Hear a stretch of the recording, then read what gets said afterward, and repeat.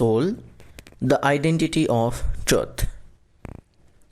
If we want to know the meaning, the purpose, the nature of our life, we must know our own self, our soul.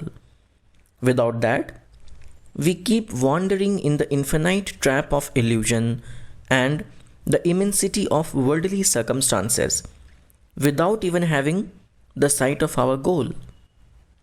If you want to see the light of wisdom, want to excel in the truest sense, you must first accept and ponder over the preeminence of your soul. If you want to live respectful life, learn to respect your soul. Spiritual evolution would begin and eventually lead to unification of your soul, which is individual self, with the supreme soul, which is God. Only if you purify, enlighten yourself up to virtuous levels. For that, you will have to recognize and experience the divinity hidden in your soul.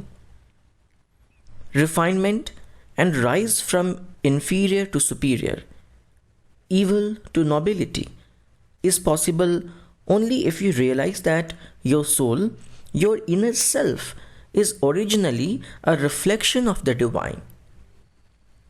Respecting your inner self, your soul reality, does not mean that you become egoist or arrogant or have some superiority complex. In fact, that would be just a contrary act, a blunder of your ignorance.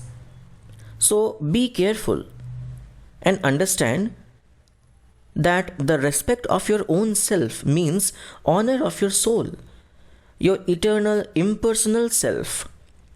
You should attempt to see the light of divinity indwelling in it. See the presence of God in it. Worship it by sublime illumination of your heart, mind, and conduct.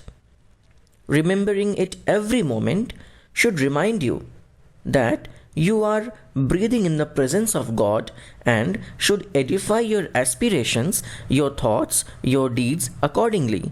Akhanda Jyoti, June 1942.